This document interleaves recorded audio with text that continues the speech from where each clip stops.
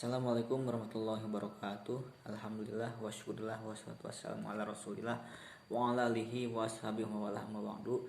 Puji dan syukur marilah kita panjatkan kehadirat Allah Subhanahu wa taala. Salawat dan salam semoga senantiasa tercurahkan kepada junjungan alam yakni Habibana wa Nabiyana Muhammad sallallahu alaihi wasallam, pada keluarganya, para sahabatnya, para tabi'in. Mudah-mudahan sampai kepada kita selaku umatnya yang senantiasa istiqomah dalam menjalankan sunnah-sunnahnya, amin ya rabbal alamin. Baik rekan-rekan yang dimuliakan oleh Allah Azza wa Jalla, hari ini kita akan membahas materi tentang ayat-ayat penciptaan alam, di mana banyak sekali ayat Al-Quran yang menjelaskan tentang alam, termasuk proses penciptaan alam semesta ini. Nah, selain itu juga ada teori-teori yang dikemukakan oleh para ilmuwan mengenai proses penciptaan alam. Dan berikut langsung mulai ke materi.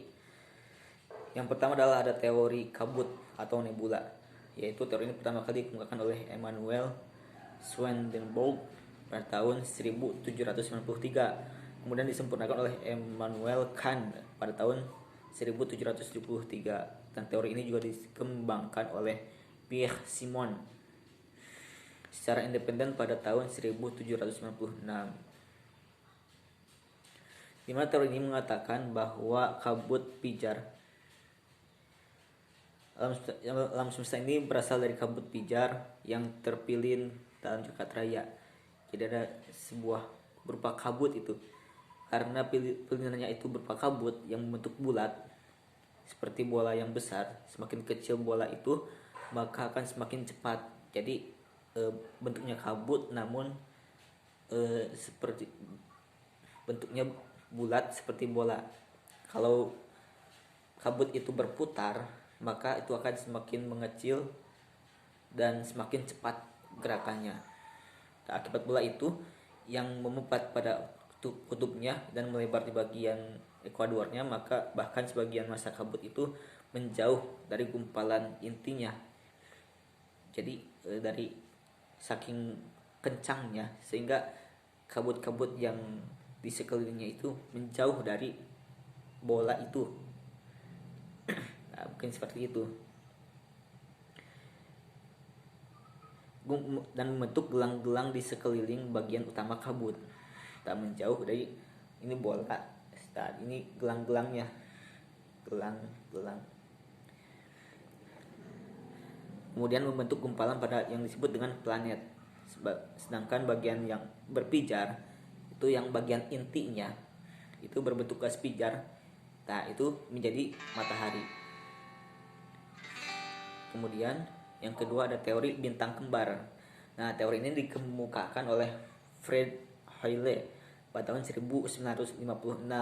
Menurut teori ini, awalnya ada dua buah bintang yang berdekatan. Ini bintang itu salah satu bintangnya meledak dan berkeping-keping akibat pengaruh dari gravitasi bintang kedua. Jadi yang ini meledak, dan yang ini memiliki gaya grafikasi, ya gaya grafikasi, sehingga meledak dan berkeping-keping. Maksudnya gravitasi dari bintang kedua, maka keping ini bergerak mengelilingi bintang tersebut dan berubah menjadi planet-planet. Nah, jadi dua bintang ini gravitasi, nah ini meledak. Kemudian yang meledak ini kemudian berkeping-keping. Nah, yang berkeping-kepingnya itu adalah planet, menjadi planet. Sedangkan yang satunya lagi yang memiliki gaya gravitasi ini menjadi matahari, yaitu matahari. Kemudian yang ketiga adalah teori pasang surut atau tidal. Teori pasang surut ini pertama kali dikemukakan oleh Sir James Huggins, bukan Haji ya, Huggins, dan Harold Jeffreys pada tahun 1919. Menurut teori ini bahwa sebuah bintang besar mendekati matahari dengan jarak pendek sehingga pasang surutnya di laut, di bumi, dan kemudian bintang tersebut menghilang.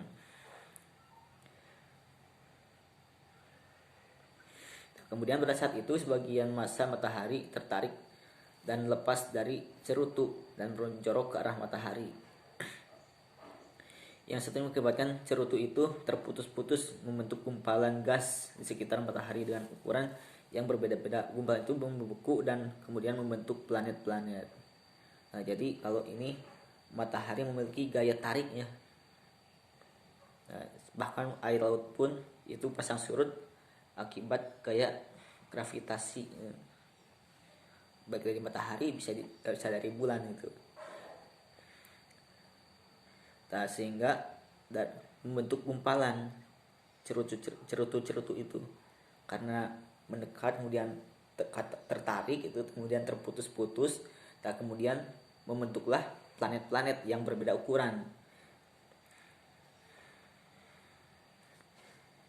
Nah, teori ini menjelaskan mengapa planet-planet di bagian tengah seperti Jupiter, Saturnus, Uranus, Neptunus merupakan planet yang raksasa, bahkan lebih besar daripada bumi, lebih besar dari Merkurius, Venus, dan lain sebagainya. Sedangkan di bagian ujungnya merupakan planet kecil.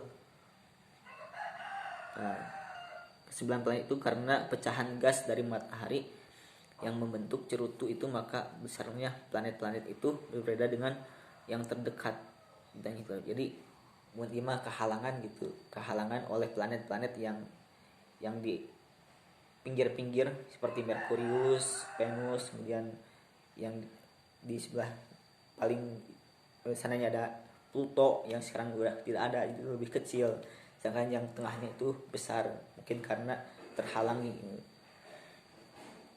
Kemudian yang keempat, teori planetesimal. Teori ini pertama kali dikemukakan oleh Thomas Chamberlain dan Forrest pada tahun 1900. Nah, teori ini dijelaskan bahwa tata surya kita berbentuk akibat adanya bintang lain yang lewat cukup dekat dengan matahari pada masa awal pembentukan matahari. Nah, kedekatan tersebut menyebabkan terjadinya tonjolan pada permukaan matahari.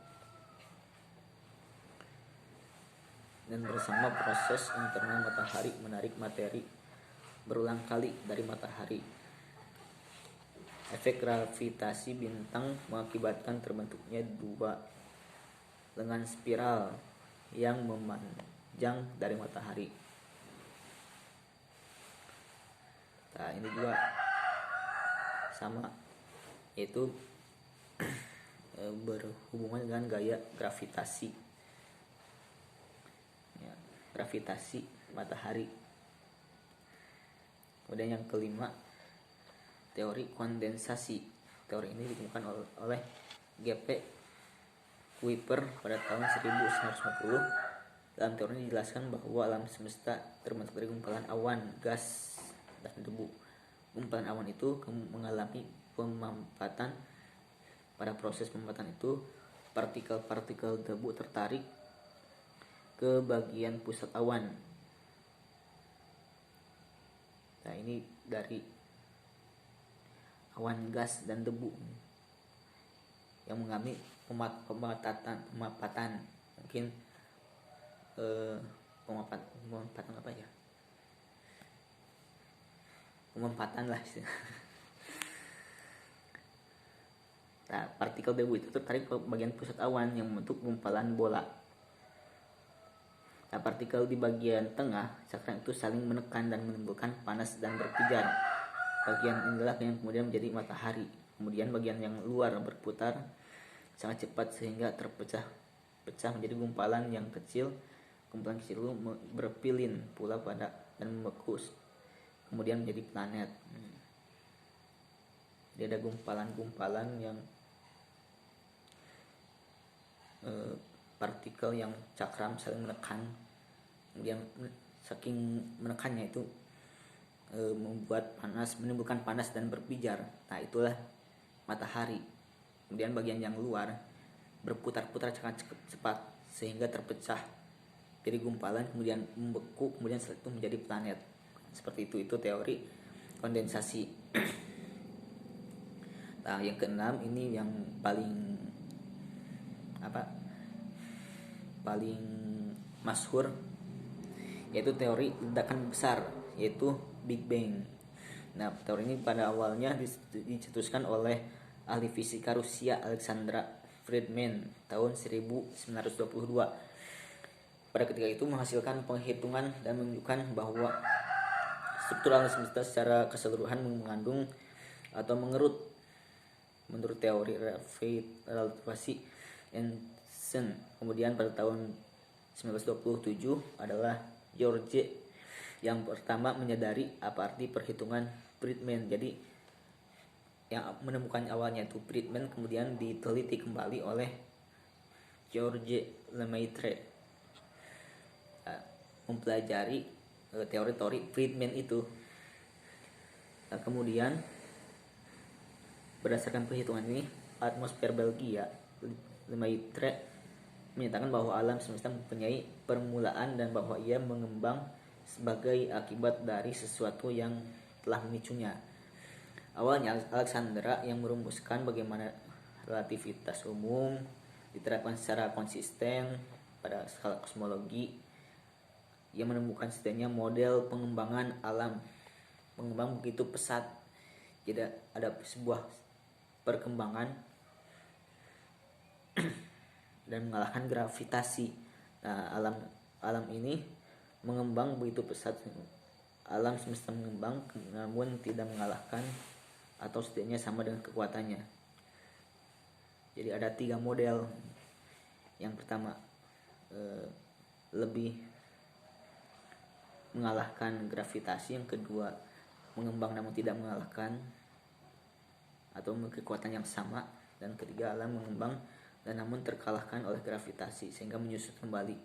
Nah, George mengadvokasi asal usul alam yang memiliki awal mula dan mampat dalam satu titik amat padat yang disebut dengan atom purba. Nah, persamaan-persamaan teoritis yang dirumuskan pada akhirnya didapat pengamatan oleh Edwin Hubble pada tahun 1929. Penemuan tersebut menunjukkan bahwa benda langit menjauhi bumi dan saling menjauhi satu sama lain. Hubble memanfaatkan insultan merah pada spektrum cahaya yang disebut dengan efek Doppler. Nah, jadi kemudian diteliti kembali oleh Edwin Hubble. Nah, ternyata Edwin Hubble melihatnya saling menjauh satu sama lain.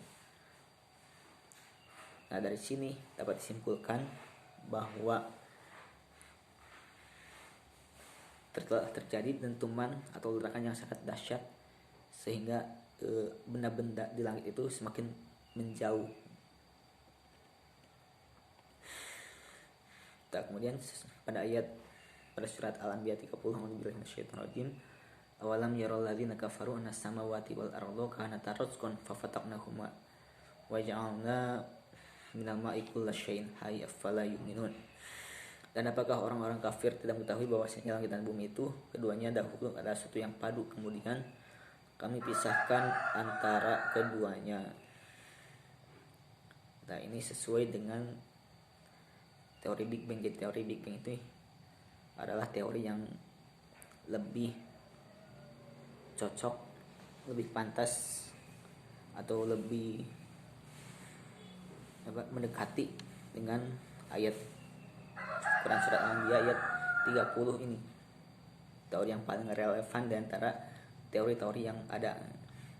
Nah, di sini mufasir pun hampir sama menafsirkan ayat tersebut nih. Di sini ada Ibnu Katsir yang dengan memaparkan qaul ulama, qaul sahabat, bisa dilihat di makalahnya. Kemudian ada Tafsir Al-Misbah, ini karya Profesor Quraish Shihab. Beliau mengemukakan pendapatnya. Menurutnya bahwa ayat ini mengungkap konsep penciptaan planet termasuk bumi, dan belakangan ini dikuatkan oleh penemuan ilmu pengetahuan mutakhir dengan teori-teori modernnya. Nah, ini menurut Quraish Shihab. Kemudian ada Tafsir Al-Wajiz karya Profesor Wahbah Az-Zuhaili, seorang pakar fikih dan tafsir dari negeri Suriah. Menurutnya apakah orang kafir itu mengingkari pengikhlasan ibadah, tidak menyaksikan objek kasat mata yang mengantarkannya pada keyakinan pada Allah, bahwa Allah adalah Rabb. Ya, kalau tafsir Al-Wajiz ini lebih kepada penafsiran kauniyah ya. Bahwasanya melihat penciptaan langit dan bumi ini merupakan jalan yang akan mengantarkan pada keyakinan kepada sang pencipta. Tafsir Al-Wajiz. Kalau dibandingkan dari ketiga tafsir ini semuanya sama, tapi hanya bahasanya yang berbeda, kemudian cara menafsirkannya, kemudian metodenya yang berbeda. Itu yang membedakannya. Jadi kesimpulannya bahwa banyak ayat-ayat Al-Quran yang menjelaskan tentang penciptaan alam semesta, di mana ini merupakan ayat-ayat sains, ayat-ayat ilmu pengetahuan yang patut kita kaji, sehingga dengan mengkajinya secara dawam terus menerus maka akan menambah keimanan kepada Allah Subhanahu wa taala. Karena kita akan senantiasa berpikir bahwasanya ada yang lebih besar, yang lebih kuat daripada diri kita, yang lebih bisa menciptakan sesuatu yang lebih besar, yaitu Allah Subhanahu wa taala. Secanggih apapun teknologi yang ada di zaman sekarang, maka tidak dapat atau tidak mampu mengalahkan kekuasaan Allah Subhanahu wa taala. Mungkin sekian yang dapat saya sampaikan. Hasbunallahu wa ni'mal wakil. Assalamualaikum warahmatullahi wabarakatuh.